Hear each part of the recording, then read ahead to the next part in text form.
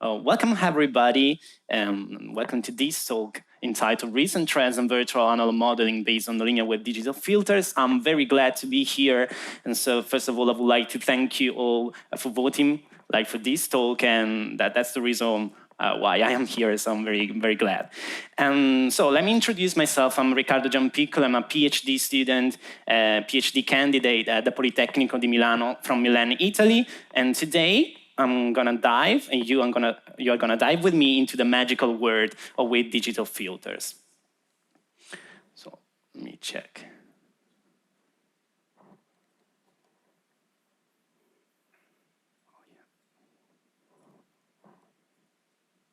Okay, so the clicker doesn't work anymore. Okay, that's fine.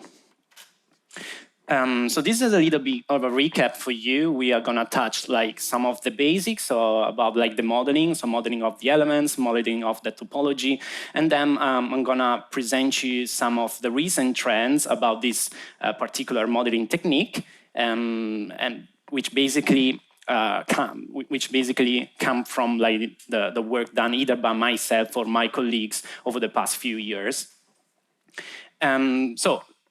Just to give you a little bit of context, we are talking about virtual analog modeling, and virtual analog modeling is the practice of digital emulating audio analog gear. So for example, if we start from a guitar pedal, VA modeling aims at digitally emulating it for the purpose of creating, for example, a plugin that we can use in our DAWs. And different techniques are available in the literature. Some of them are black box methods, for example, neural networks. Other are white box methods. For example, they take advantage on the circuit schematic, and we can mention different techniques such as the state space approach, the modified nodal analysis, and of course, with digital filters. In order to derive a digital implementation of a circuit, we have to take into account the equations describing the network topology, so we will talk about Kirchhoff laws, and the equations describing the constitutive equations of the elements. If we use implicit discretization methods, we will end up with a system of discrete time equations that is once again implicit. So basically, with common techniques, we have to use iterative solvers in order to get the solution.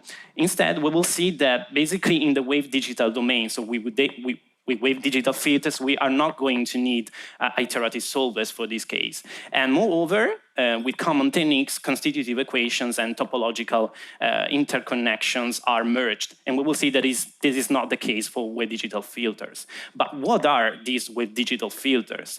So basically, WDFs were introduced by Alfred Fettweis in the 70s for implementing, from modeling, let's say, digital filters starting from reference analog circuits. And the theory back then, of course, was not conceived for the emulation of audio systems, but it is still at the basis for some disruptive methods in the field.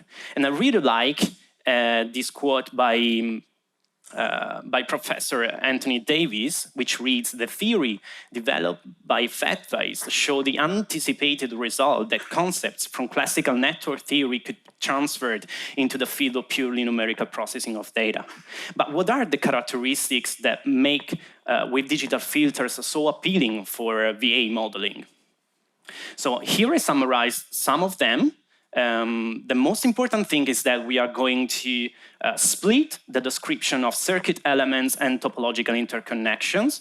Circuit elements are going to be modeled as input-output blocks characterized by scattering relations. Instead, interconnection will be modeled as scattering junctions. And we are going to consider waves and not anymore voltages and currents. And finally, we are going to add one free parameter per port that is called port resistance. So let's dive a little bit deeper here. Different definitions of waves have been proposed in the literature. Here I reported let's say the parametric definition that collects the three traditional wave types that are voltage, current, and power waves. And so basically, a port voltage and a port current I can be implemented, so it can be converted into the wave digital domain by a linear combination of waves. So A is the incident wave, and B is the reflective wave to the element, and then we add a free parameter per port that is called port resistance, and it is this Z there. The rho parameter controls the wave type, so if we set rho equal to 0, we will have current waves. If we set rho equal to 1, for example, we will have voltage waves. And what does it mean? It means that basically the physical, let's say physical dimension of that wave is a voltage. And we are going to use only voltage waves since they are the most widespread in the literature. Different definition of waves have been proposed. There are like biparametric waves and vector waves. And this work dates back to 2021, so it is very recent. And basically, by means of this definition of waves, we are able to implement two-port in a very easy fashion, and we are going to see an example later on. Okay, so let's talk about the modeling of the elements.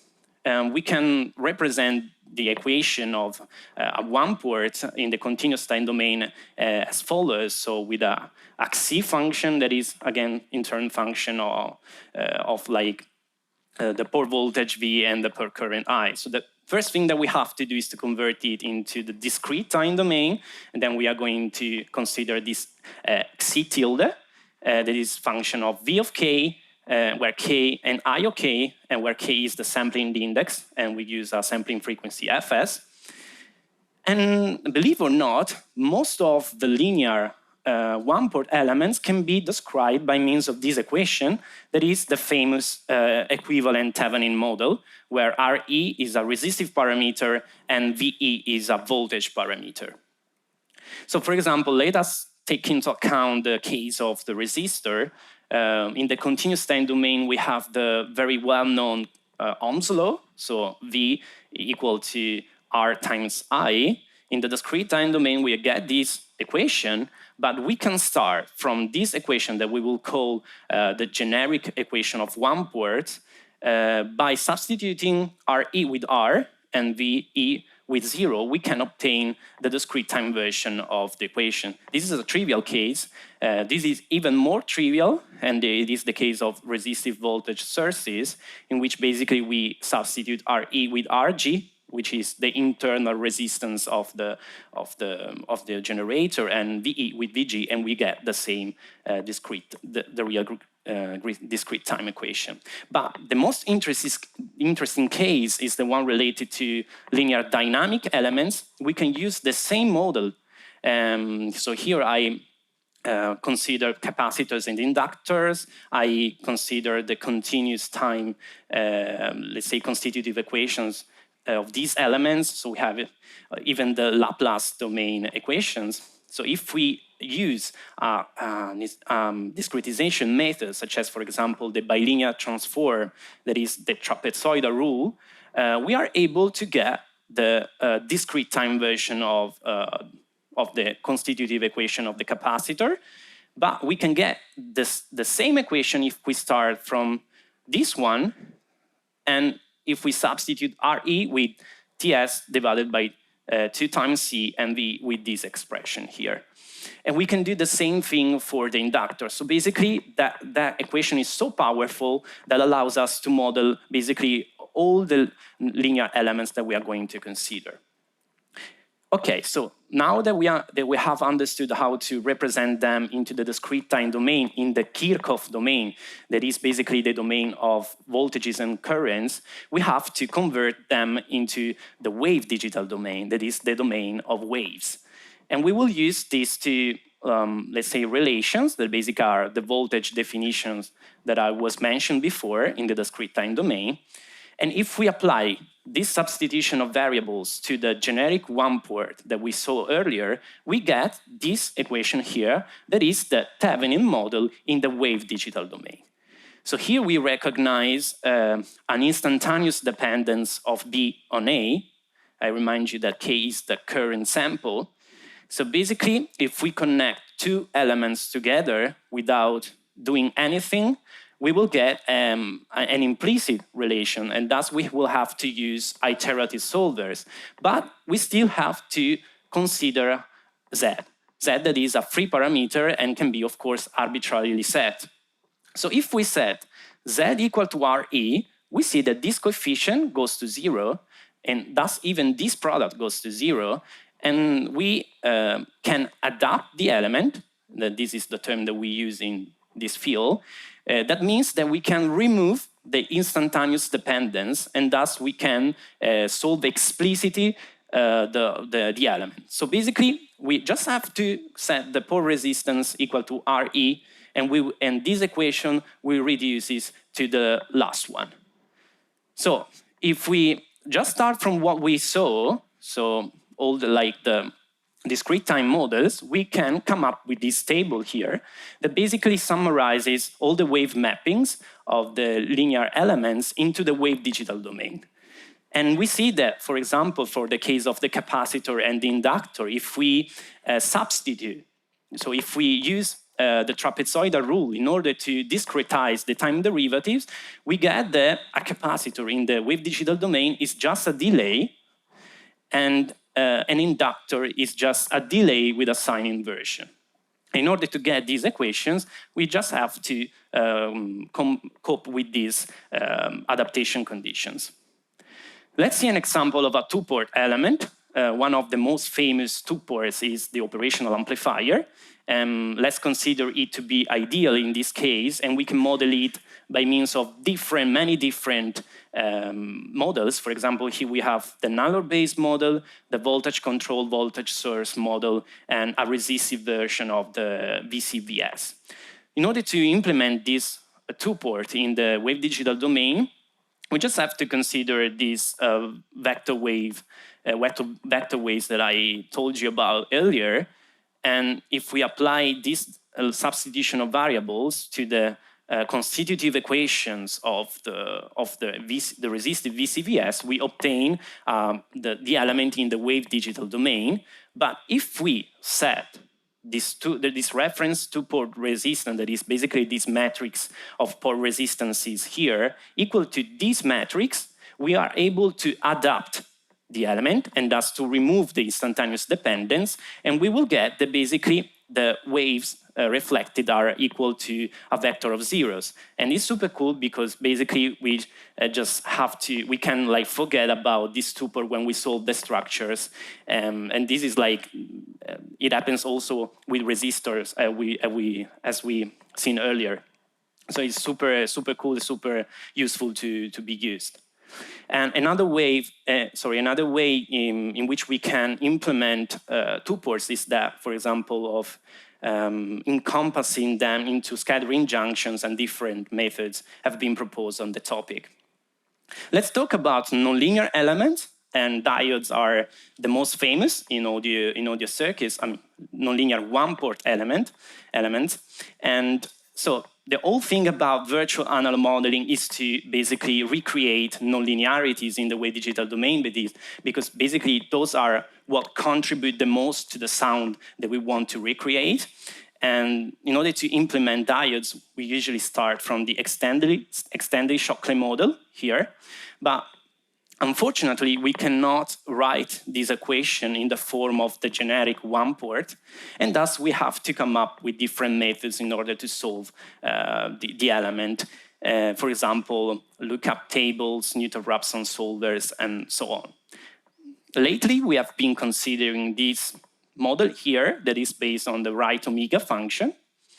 And a nice thing is that, for example, diodes, so two elements, diodes in anti-parallel configuration can be approximated by a single component with this scattering relation here, in which basically we consider this function here, but we consider the absolute value of A, and we bring aside the sign. And by means of this approximation, we are able somehow to retrieve the behavior of two diodes in anti-parallel configuration.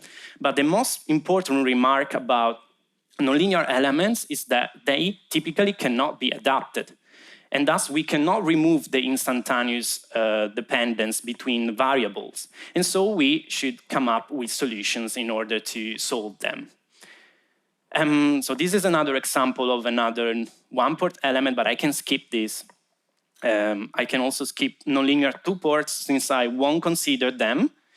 But let's instead talk about interconnection. So I've told you that in the wave digital domain, we separate the description of elements and the description of interconnections. So even in the Kirchhoff domain, that is the domain of voltages and currents, interconnections can be seen as n-port junctions that are characterized by a vector of port voltages and a vector of port currents. So if we consider a set of independent port voltages or a set of independent port currents, we are able to, let's say, obtain the whole vector of voltages and the whole vector of currents by means of these two matrices here. The Q matrix, that is the fundamental cut set matrix, and the B matrix, that is the fundamental loop matrix. And those matrices basically are related to the Kirchhoff laws.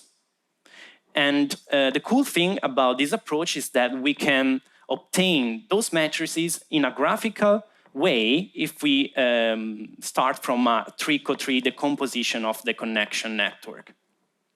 So for example, let us take into account this very simple network that is a bridge T topology. We can get the connection network if we remove the elements, and we can put this in the form of a directed graph in this way, in which we can recognize a tree that is composed of continuous lines and a co-tree that is composed of dashed lines. There are, of course, different possibilities as far as tree and co-trees are concerned, and all of them are valid. But the cool thing is that if we here apply the theory of directed graphs, we are able to to obtain this matrix here, that is, in this case, the B matrix, thus the matrix of loops. But of course, we can get also the other one, that is the matrix of cut set. Okay, so now we have to convert those M ports into the wave digital domain, and we can do this by considering like a vector definition of the voltage waves, where in this case I define the vector A as the vector of waves reflected by the junction, and B as the vector of wave incident to the junction. And then we have this diagonal matrix, Z, that collects all the port resistances involved. A and B are linked by means of this scattering matrix S that can be computed directly from the Q and B matrices that we derived earlier. So basically, we do like this analysis in the Kirchhoff domain, and thus we just apply these two equivalent formulas to get the representation in the wave digital domain. And note that here we have a dependence on the matrices of port value, of port resistances, sorry. And even an M port of a wave digital junction can be made reflection-free, and this can be achieved by zeroing the diagonal entry, the relative diagonal entry of that matrix, of the S matrix, and this can be done by properly setting the relative port resistance. So it's now time to put everything together. So we have seen how to model elements, we've seen how to model topologies. So how can we solve structures in the wave digital domain? If we apply implicit methods for discretizing the time derivatives, in the wave digital domain, we obtain explicit equations. And this is typically not the case for common techniques, such as the ones used in SPICE, for example, in which you need to resort to an iterative solver in order, if you apply an implicit method of discretization. But we can still get an explicit structure if we have one single nonlinearity. And basically, in that case, we represent the wave digital structure as a connection tree, where the root is the nonlinear element, the ports of all the ports of all the junctions connecting to other junctions or to the nonlinear element itself are adapted, and the linear elements are adapted as well. So let's take into account this very simple example that is an envelope follower, and on the right we have the wave digital filter realization, and we see that all the elements, all the linear elements are adapted, and adaptation is marked by means of this T-shaped stub. And we see that basically we can get an explicit structure if for each connection of two blocks, we have that at least one of the two ports is adapted.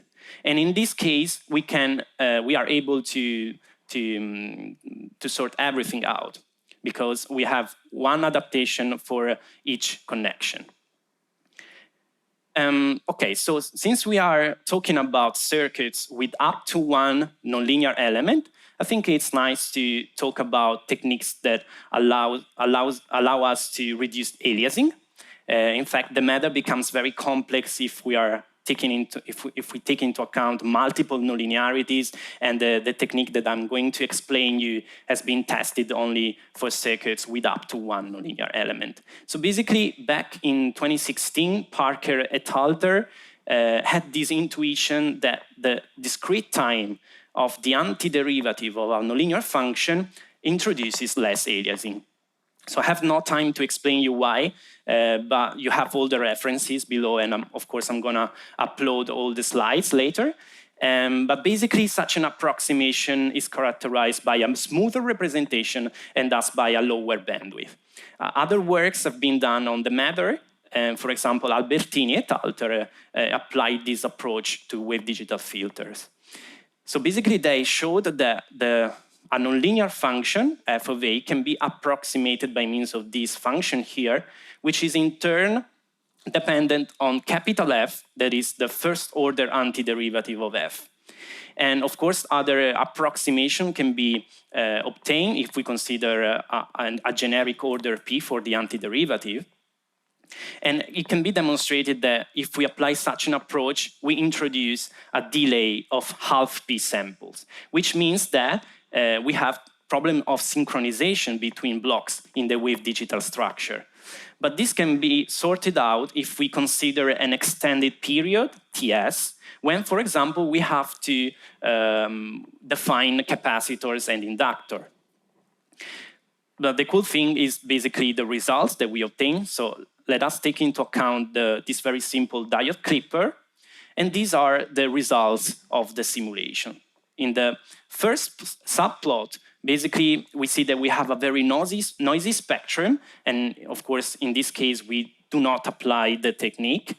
Instead, in the second subplot, we have that basically by considering an oversampling factor equal to 2 and an antiderivative of the first order, we are able to reduce the aliasing, and we can reduce it even more if we consider an antiderivative of the second order. And the cool thing about this approach is that if we compare it to the trivial case in which we just raise the oversampling factor, we are able to reduce aliasing more. Okay, so let's instead talk about the most interesting case of multiple nonlinearities. That is basically the common case, because usually we deal with circuits with more than one nonlinear element. And as I told you, nonlinear elements cannot be adapted, and this is a problem, since even in the wave digital domain, we have to resort to iterative solvers.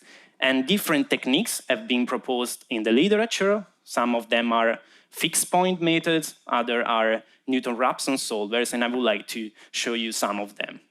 So let us consider this method that is called the scattering iterative method, SIM, that is able to solve arbitrary reciprocal loss and scattering junctions. So basically, a wave digital structure in which we have only one junction to which all the elements are connected. And so, for example, let us take into account this very simple ring modulator. And we can see that in the wave digital representation, we have a single topological junction to which all the elements are connected. And linear elements are adapted, But of course, we cannot do the same thing for nonlinear elements. And thus, we have to apply an iterative procedure. This iterative method consists of 4 stages that must be repeated at each sampling step, k. We have an initialization in which we set the free parameters of the element, and we have a rule to set the free parameters of linear elements. So we have seen the adaptation condition that we must consider, but we do not know how to set the parameters of nonlinear elements, since they cannot be adapted. But these authors demonstrated that basically the optimal value is to set those parameters as close as possible to the tangent slopes at the current operating point on their IV characteristics. But since the current operating point is known only at the end of the iterative procedure, we can only approximate those port resistances, and a good way to do this is to consider the slopes at the previous sampling step. Then once we have updated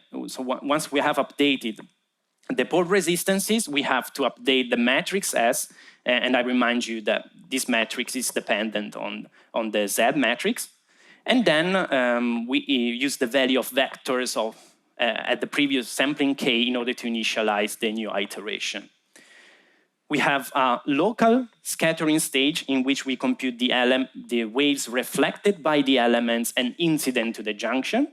Then we have a global scattering stage in which we compute the elements reflected by the junction and incident to the elements. And these 2 stages are reiterated until this convergence condition is reached.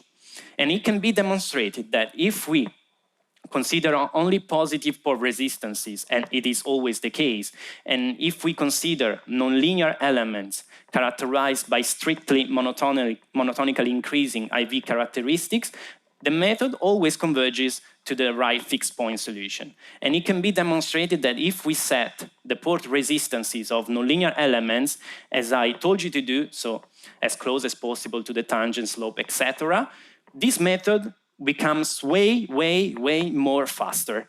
And so this is a very cool thing, and which they apply to the solution of this ring modulator.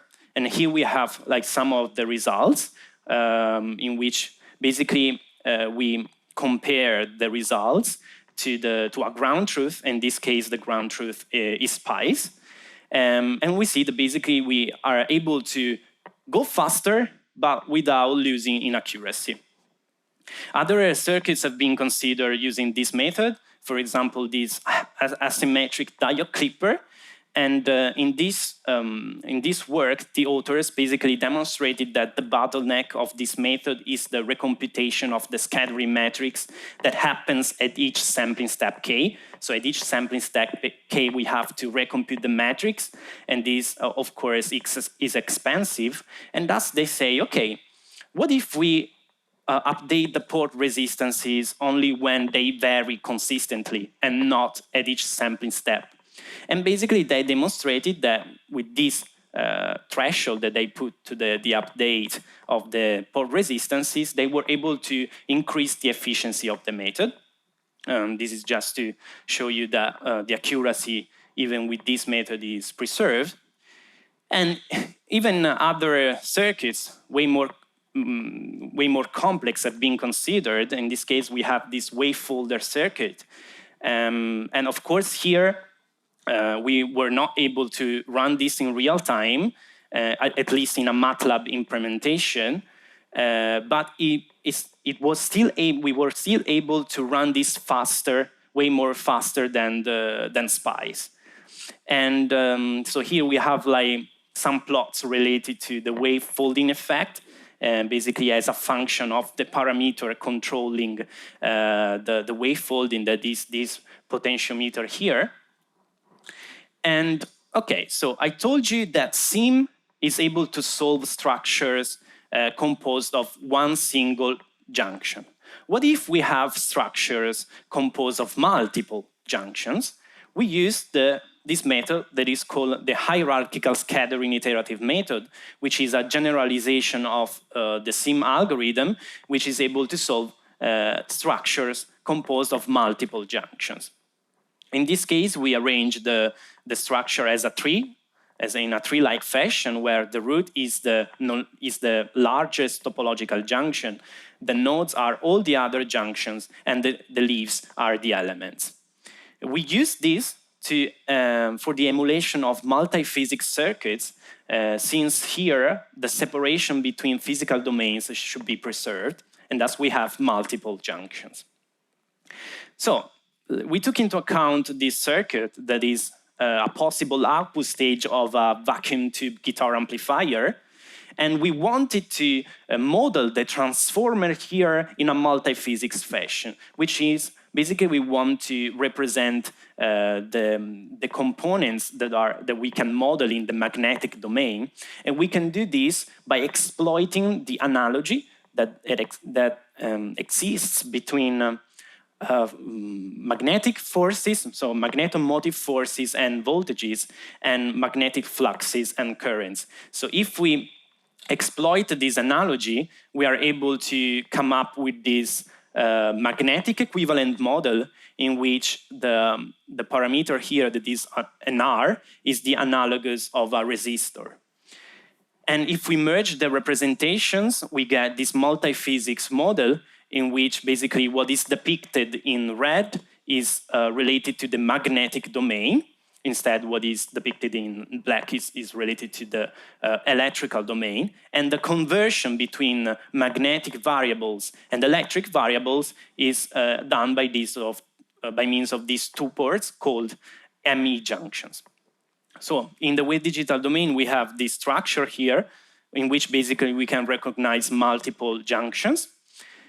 And the computational flow in this case follows a forward-backward approach and consists of 6 stages. We have an initialization that is the same of the SIM algorithm. Then we have the leaf scattering stage in which we compute the waves reflected by the elements and incident to the previous level. Then we have the forward scattering stage in which we compute the waves reflected by the nodes and incident to the previous level. Then we have the root scattering stage in which we compute the waves reflected by the root and incident to the second level. We have the backward scattering stage in which we compute the waves reflected by all the nodes and incident to the next level. And these 4 stages are reiterated, so we go down, upward, and backward, the tree, until the convergence is reached. And basically, the convergence check is the one that we saw earlier.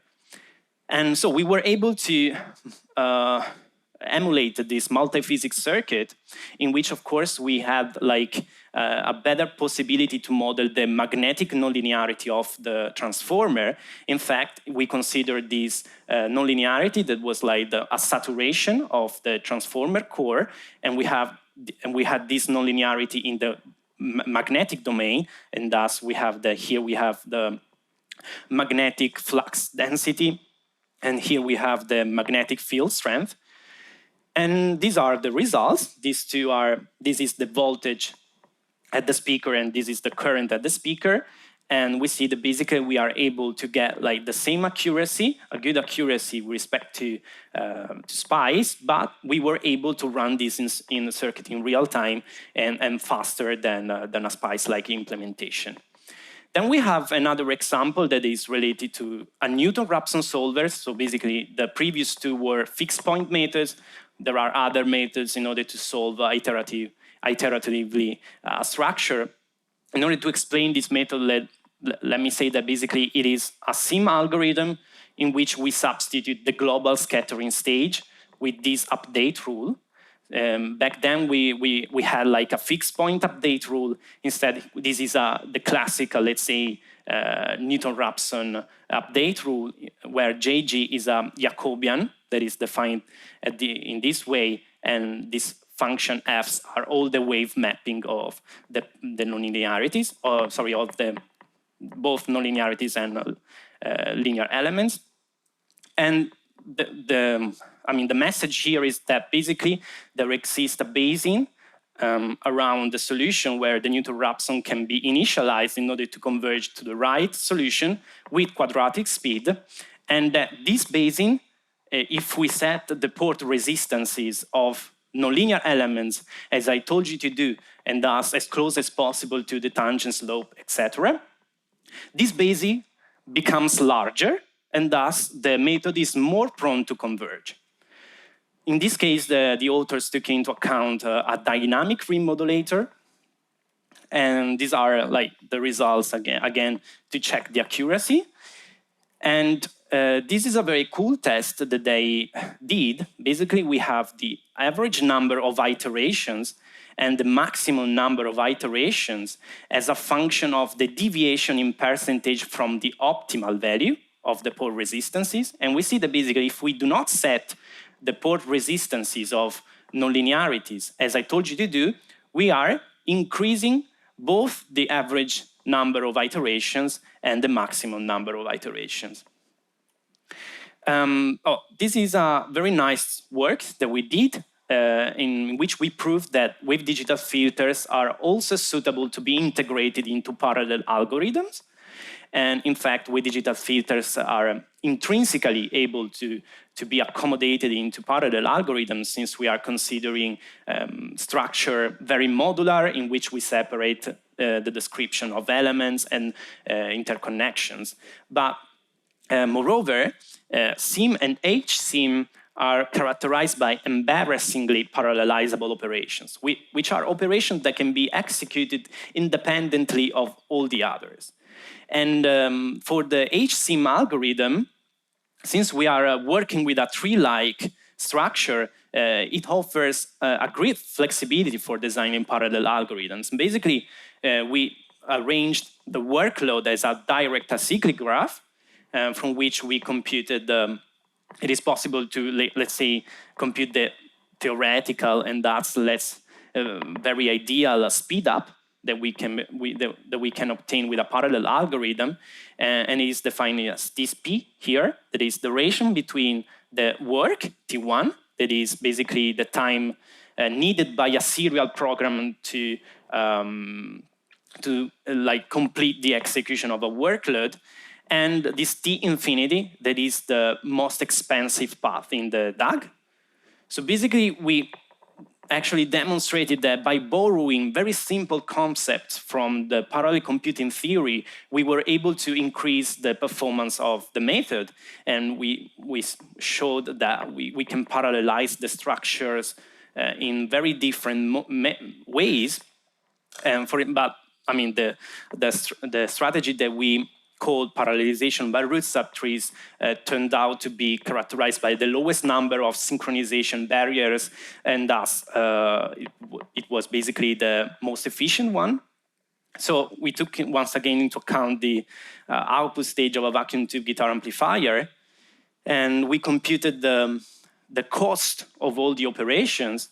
We estimated the parallelism, which gives us a little bit of an idea on how many threads to consider. And then we split the solution of this root subtrees among the two threads. And we were able to demonstrate that the parallel version of HSIM was basically nearly 30% faster. And I would like to stress that the fact that here we are applying very, very, very, very simple concepts from the parallel computing theory.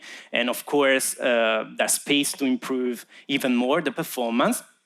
And this is just to say that HSIM and with digital filters in general go into the direction of the newest DSPs that basically mount multi-core processing units.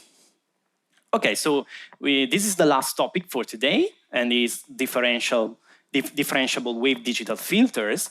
And so very recently, the words of neural networks and that are black box methods and wave digital filters that are white box methods collided. And basically, we can exploit neural networks in order to model, in order to define nonlinear wave digital blocks that then can be connected to the structures. And there are like two papers two papers on the topic, and they basically, the authors here took into account diodes and vacuum tube. And I won't go into further details since there's an entire talk on this tomorrow. And here I leave you the information if you are interested. For sure, I will be there attending, since it is done by one of the authors of the first paper on the topic. Instead, here I would like to present you what we personally have done for merging neural networks with digital filters. So basically, of course, we can model all the nonlinear behaviors with neural networks, but the fact that we use black box methods into white box methods is even more justified if we cannot do otherwise. And this is the case, for example, of rate-dependent hysteresis, which we know that is a phenomenon, very complex phenomenon that is so pervasive in audio systems. It ranges, it interests like magnetic pickups up to audio transformers and etc. But it's so difficult to be modeled because we do not have very accurate, efficient, and circuit-oriented models that take into account, for example, the variation of the hysteresis loop as a function of the input frequency, for example. And thus, in order to model this effect, we have to resort to neural networks. In this case, we consider this model that is a Pryzak recurrent neural network. This basically implements a rate-dependent version of the Pryzak model that is a mathematical model that aims at, let's say, describing the hysteresis, and it basically models it by means of a summation of these play operators that are boxed elementary hysteresis, and if we properly sum them and weight them, we are able to retrieve the hysteresis loop.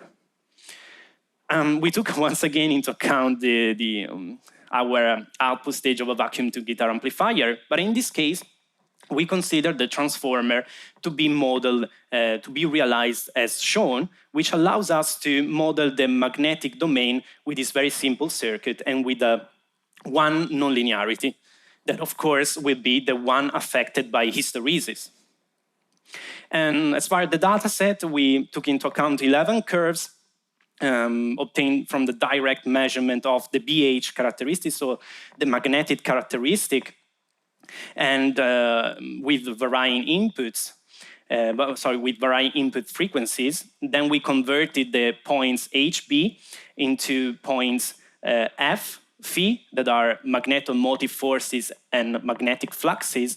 Then we converted those points into waves, so into AB points. And we trained directly the network in the wave digital domain for predicting let's say, the reflected wave B at the current sample, given the input wave A at the current sample and K past values of A. Of course, this is a phenomenon with memory, and thus we need a buffer of past samples. And we selected as a loss function the very simple normalized mean square error. And these are the results at evaluation time. And we see that basically, both in the wave digital domain and in the magnetic domain, we are able, the network is able to predict the correct values. Then we encompassed this, this neural network into this wave digital block. And since this is the only nonlinearity here, we were able to solve this structure in an explicit fashion. And these are the results. So this is, once again, the voltage at the speaker. And here we can see all the points visited throughout the simulation for the nonlinear elements, so on the nonlinear element characteristics. And we selected a very high voltage here because we wanted the transformer to reach saturation at in each period, and that's why here we have these peaks here. So just to conclude, and then I'll let you ask questions if you have, we have made a very tough trip, I know, into the world of wave digital filters, and I showed you different techniques for the emulation of audio circuits with multiple nonlinearities.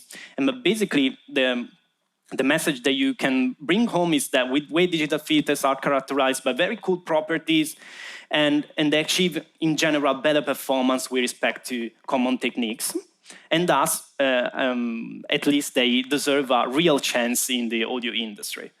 Future challenges, for sure, include like the efficient simulation of circuits containing multiple multiport nonlinearities.